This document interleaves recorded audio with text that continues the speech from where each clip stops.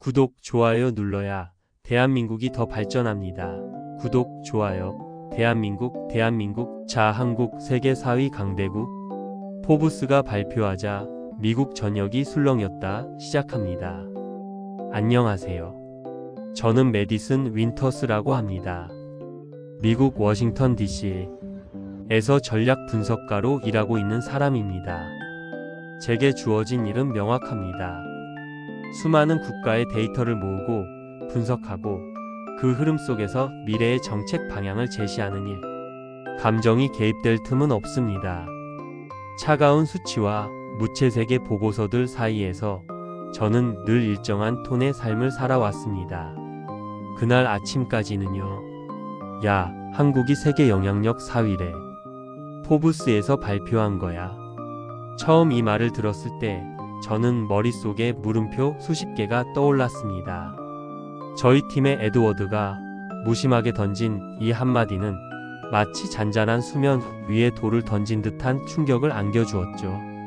저는 믿기지 않는 마음으로 노트북을 열고 포브즈 글로벌 파워 랭킹 2025를 검색했습니다. 그리고 화면에 펼쳐진 결과는 제 눈을 의심하게 만들었습니다. 1위 미국, 2위 일본, 3위 영국. 그리고 그 다음 줄 4위 대한민국. 순간 숨이 막혔습니다. 독일보다 앞서 있고 중국보다 위에 있었습니다. 제가 평소 얼마나 철저히 분석하고 신뢰했던 매체에서 이처럼 의외의 결과를 발표했는데 놀라움이 컸던 것이 사실입니다. 정치적으로 뭔가 의도가 있는 거 아니야? 기준이 뭐지? GDP도 아니고 군사력도 아닌데. 회의실 안에서 속삭이는 동료들의 말이 들려왔지만 저는 그 누구보다 냉정해야 했습니다. 그래서 순위 기준을 곧장 확인했습니다. 국가 신뢰도, 시민 역량, 글로벌 책임, 기술 주도력, 위기 대응책의 전통적인 권력의 기준이 아니라 지금의 시대가 요구하는 보이지 않는 힘을 측정한 결과였습니다. 호기심이 아닌 일종의 직업적 의무감으로 저는 사내 아카이브로 향했습니다.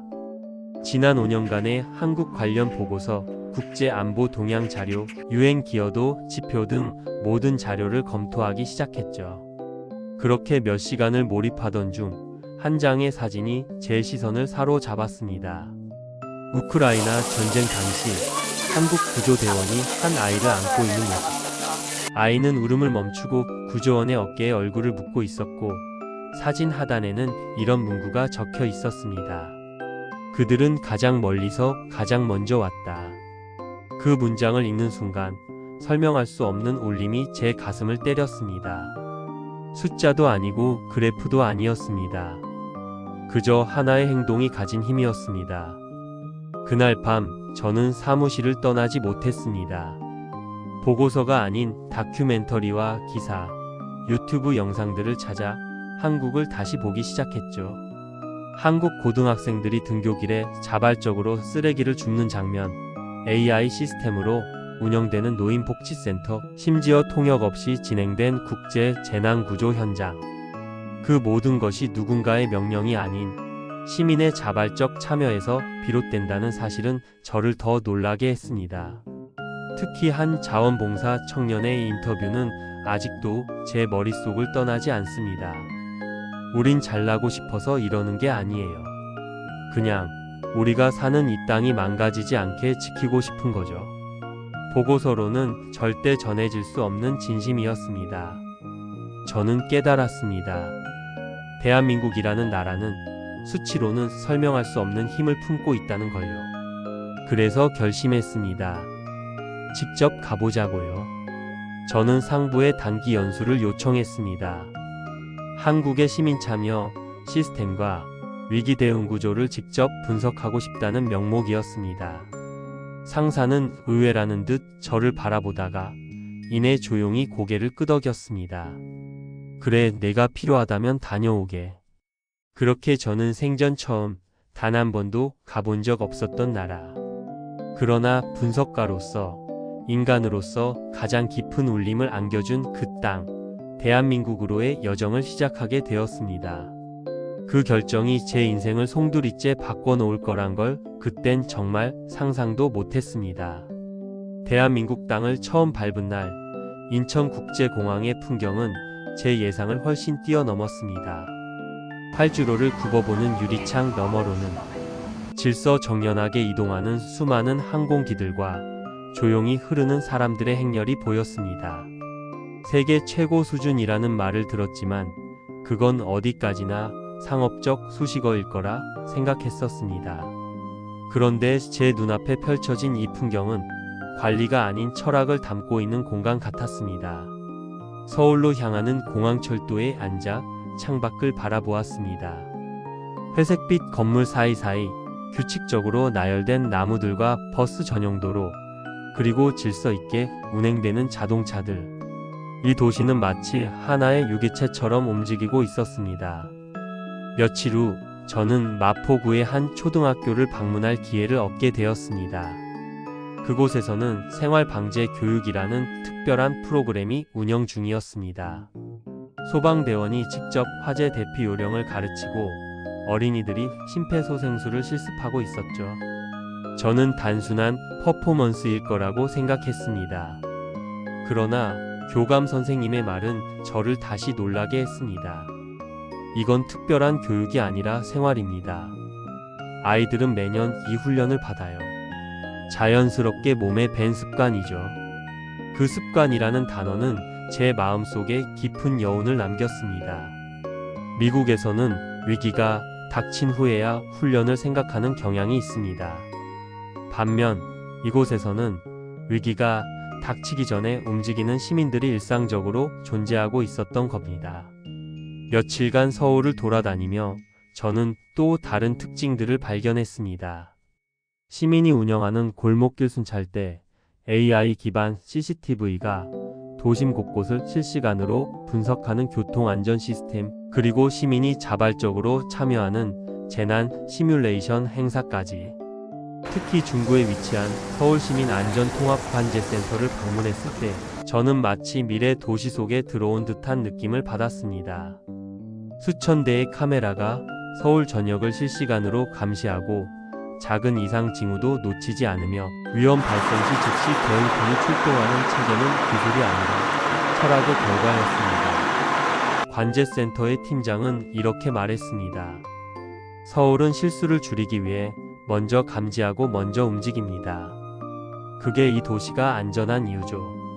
그 말은 단순한 기술적 설명이 아니었습니다. 이곳 사람들은 위기를 예측하고 준비하는데 익숙한 시민들이었습니다. 강남구에 위치한 한 노인복지센터에서는 인공지능 기반 케어 시스템을 볼 수 있었습니다. 혼자 사는 어르신들의 건강 상태를 실시간으로 체크하고 응급 상황이 발생하면 곧장 인근 병원과 연계되는 시스템. 그 시설의 사회복지사는 이렇게 말했습니다. 기술이 사람을 대체하진 않아요. 하지만 그 사람을 지킬 수 있는 도구는 될 수 있죠. 서울은 그걸 알고 있어요.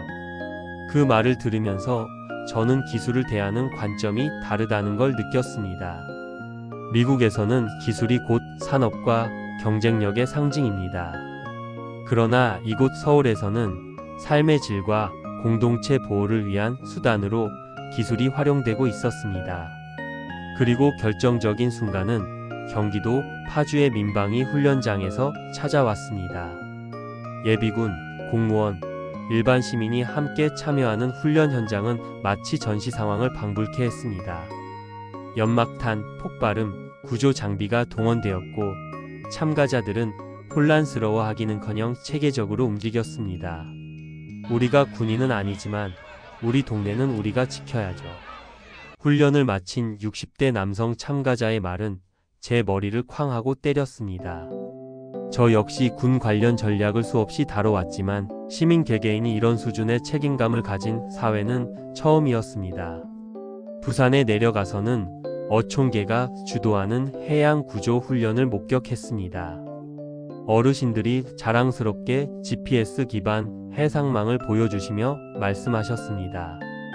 우리는 생선만 잡는 사람이 아닙니다. 유사시엔 구조선입니다. 그 순간 저의 기존 가치관은 철저히 흔들리기 시작했습니다. 미국은 전문가 시스템에 의존하는 나라입니다. 시민은 보호받는 존재에 가깝죠. 그러나 한국은 시민이 곧 보호자였습니다. 서울로 돌아오는 고속열차 안, 저는 조용히 노트북을 열고 이런 메모를 남겼습니다.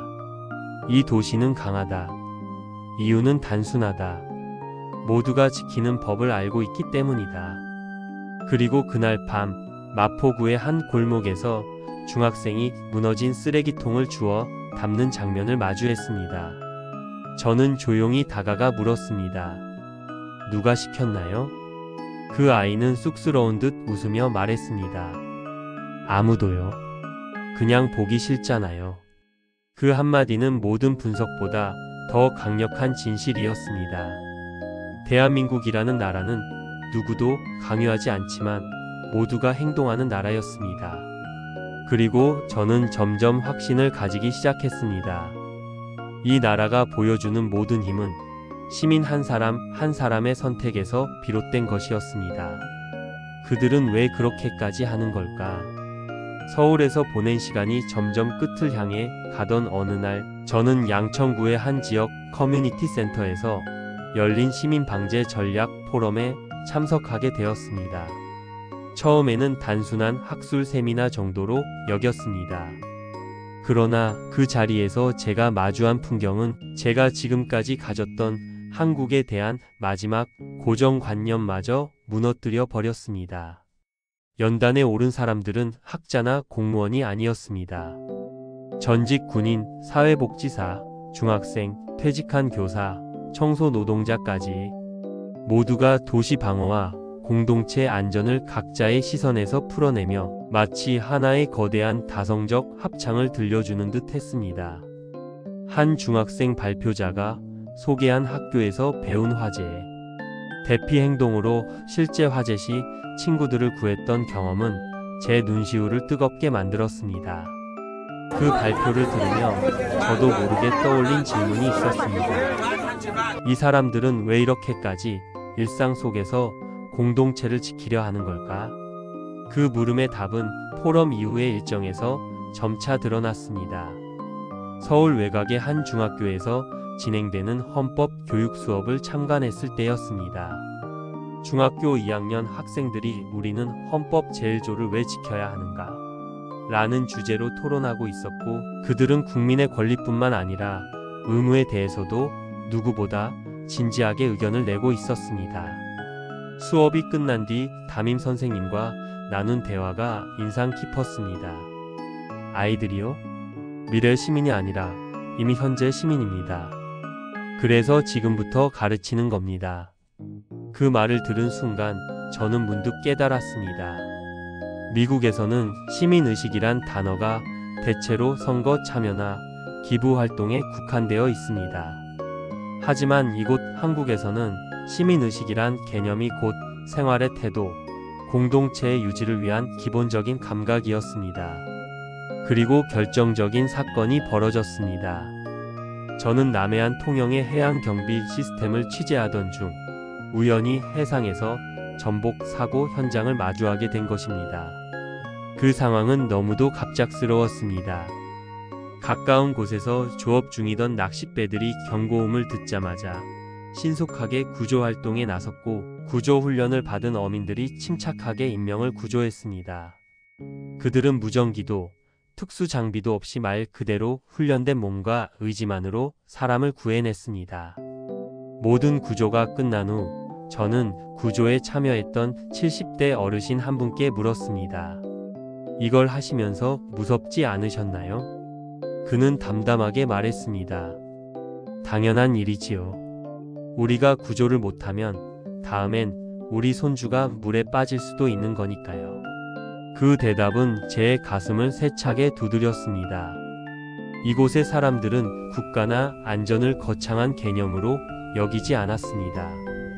그것은 곧 가족, 이웃, 자신이 속한 작은 공동체를 지키는 일이었고, 그 일을 위해 기꺼이 나서는 것. 그것이 당연한 일이었습니다. 서울로 다시 돌아오는 KTX 안에서 저는 창밖 풍경을 바라보며 묵묵히 생각에 잠겼습니다.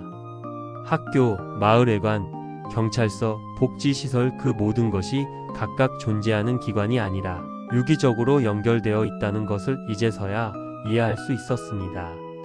다시 찾은 시민안전통합관제센터에서는 밤 시간대 운영 시스템을 직접 확인할 수 있었습니다. 놀랍게도 자발적으로 구성된 야간 시민 순찰대가 활동 중이었습니다. 지역 주민들이 돌아가며 순찰을 돌고 경찰과 연계하여 위험 요소를 제거하는 구조였죠. 저는 순찰에 나선 한 50대의 여성분께 조심스럽게 물었습니다. 이 일을 왜 하시는 건가요? 누가 하라고 시킨 것도 아니잖아요. 그녀는 웃으며 말했습니다. 누가 시켜야 하는 일이라면 이미 늦은 거예요. 여긴 우리 아이가 사는 동네잖아요. 그 순간 저는 숨이 턱 막히는 듯한 감정을 느꼈습니다. 이 사람들은 국가를 특별하거나 위대한 존재로 여기지 않았습니다. 그들에게 국가란 바로 자신이 살아가는 일상의 총합이자 책임져야 할 공동체였습니다. 며칠 후 보고서를 작성하여 본사로 제출했을 때 상부의 반응은 예상대로 시큰둥했습니다. 일부 임원은 이렇게 말했습니다. 한국이 세계 영향력 4위라니. 너무 과장된 거 아니야? 저는 조용히 그러나 단호하게 말했습니다. 그들은 지금도 자신을 무너뜨리지 않기 위해 준비하고 있었습니다. 그게 진짜 강국 아닙니까? 그 순간 저는 확신할 수 있었습니다. 한국이 보여준 이 모든 힘은 단순한 정책이나 제도가 아닌 시민, 개개인의 내면에 뿌리내린 책임감에서 비롯된 것이었습니다. 그 진심이 저를 바꿔놓았고 이제는 제 평생의 과제가 되었습니다. 미국으로 돌아온 첫 주, 저는 마치 다른 세상에서 온 사람처럼 느껴졌습니다. 책상 위에 노트북은 변함없이 켜져 있었고 회의실의 의자 배열도 동료들의 대화 주제도 전과 다르지 않았습니다. 그런데 저만은 달라져 있었습니다. 겉으론 평온한 일상이었지만 한국에서의 경험은 제 안에 조용히 그러나 깊숙이 뿌리내리고 있었습니다. 서울 지하철에서 본 질서 정연한 줄, 마포구 골목에서 조용히 쓰레기를 줍던 중학생, 통영 앞바다에서 구조에 나섰던 어민들. 그 모든 장면이 머릿속을 스쳐 지나갈 때마다 저는 지금 있는 이곳이 낯설게 느껴졌습니다. 왜 우리는 이렇게 사소한 배려조차 큰 의무처럼 여겨야만 하는 걸까? 왜 공동체를 지키는 일이 누군가의 일이 되어야 하는 걸까? 이 질문들이 꼬리를 물며 제 마음을 떠나지 않았습니다. 보고서를 제출한 후 제 이메일 알림창은 멈추지 않고 깜빡였습니다. 동료 분석가들의 반응은 예측 가능했습니다. 내용은 흥미로운데 너무 감정적이야. 객관성을 잃은 보고서 같아. 여행 에세이처럼 느껴져. 그들 대부분은 제가 적어낸 이야기들을 느낌이나 체험의 영역으로만 해석했습니다. 그럴 수밖에 없었죠. 보고서의 문장들이 말하려던 것은 수치나 그래프가 아닌 공동체의 온도였으니까요. 숫자로 증명할 수 없는 감각, 그리고 행동의 철학. 그것은 직접 경험해보지 않고서는 결코 이해할 수 없는 영역이었습니다. 하지만 바로 그때 조셉 상무로부터의 짧은 메일 하나가 도착했습니다. 보고서를 다시 읽었습니다. 나도 한국을 한번 가봐야겠네요. 그는 군 출신이자 분석의 세계에서 감정이라는 단어를 철저히 배제하는 것으로 유명한 사람이었습니다. 그런 그가 한 줄이지만 스스로 보고서를 다시 읽고 새로운 결정을 내렸다는 사실은 저를 놀라게 했고 무엇보다 감동시켰습니다. 변화는 그런 식으로 시작되는 것일지도 모릅니다. 누군가가 일방적으로 말해주는 것이 아니라 스스로 느끼고 판단하게 만드는 힘. 저는 한국에서 그 힘을 보았습니다. 며칠 후 본사 브리핑룸에서 강대국의 조건이라는 제목으로 발표를 하게 되었습니다. 첫 슬라이드에는 이런 문장을 띄워두었습니다. 진짜 강국은 자국민이 스스로를 믿는 나라입니다. 회의실은 순간 조용해졌습니다. 예상했던 대로 몇몇은 고개를 갸웃했고 일부는 살짝 웃음 지었습니다. 하지만 저는 흔들리지 않았습니다.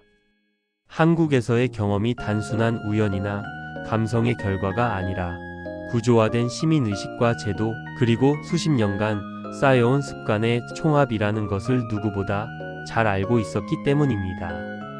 서울의 지하철은 단 한 번도 연착된 적이 없었고 장애인을 위해 설치된 경사로 앞에는 언제나 자원봉사자가 있었습니다. 서울시청 앞에 서 있던 자율주행 순찰 로봇은 시민들에게 더 이상 신기한 물건이 아니었으며 그 골목의 쓰레기는 정해진 시간에 정확히 치워졌습니다. 그 어떤 것도 큰 소리로 자랑하지 않았지만 모두가 알고 있었습니다. 이것이 우리의 일상이라는 것을요. 그 장면 중 가장 인상 깊었던 순간이 있습니다. 마포구의 한 횡단보도 앞에서 허리가 굽은 할머니가 어렵게 길을 건너려 할 때 뒤에서 뛰어오던 젊은 남성이 아무 말 없이 팔짱을 끼고 함께 길을 건넜습니다.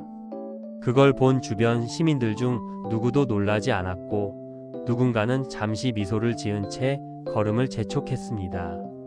그 장면은 말없이 모든 것을 설명해 주었습니다. 대한민국은 자랑하지 않았습니다. 다만 보여주고 있었습니다. 그리고 그 보여주는 힘은 강요보다 논리보다 훨씬 강력했습니다. 부산 해운대에서 열린 국제해양 컨퍼런스에서 만난 한 청년 발표자는 무대 위에서 이렇게 말했습니다. 저는 오늘도 할머니와 저녁을 먹기 위해 정시 퇴근할 겁니다. 강한 나라란 가족을 지킬 수 있을 만큼 제도가 뒷받침되는 나라라고 믿습니다. 그 순간 청중들은 조용히 박수를 보냈고 저는 그 박수의 의미를 누구보다 잘 이해할 수 있었습니다. 그건 단순히 효에 대한 찬사가 아니라 공동체의 가치를 제도로서 지키고자 하는 사회에 대한 존경이었습니다. 그날 밤 저는 제 인생에서 처음으로 단어 하나를 깊이 생각하게 되었습니다. 신뢰. 한국은 시민이 서로를 그리고 국가를 신뢰하는 나라였습니다. 누가 시켜서가 아니라 모두가 행동하는 나라. 위기가 닥치면 반응하는 것이 아니라 애초에 위기를 만들지 않도록 움직이는 사회. 보고서의 마지막 문장은 이랬습니다. 대한민국은 세계를 향해 목소리를 높이지 않았습니다. 다만 조용히 문을 열고 우리 안을 보여줬습니다. 그걸 본 사람들은 스스로 바뀌게 됩니다. 지금 저는 더 이상 단순한 전략 분석가가 아닙니다. 대한민국에서의 경험을 통해 정책조정위원회의 자문위원이 되었고 이젠 새로운 강국의 정의를 설계하고 있습니다. 그 이유는 단 하나입니다. 대한민국에서 저는 처음으로 국가를 신뢰하는 마음이 어떤 것인지 느껴보았기 때문입니다. 그 이야기를 이젠 제가 전하고 싶습니다.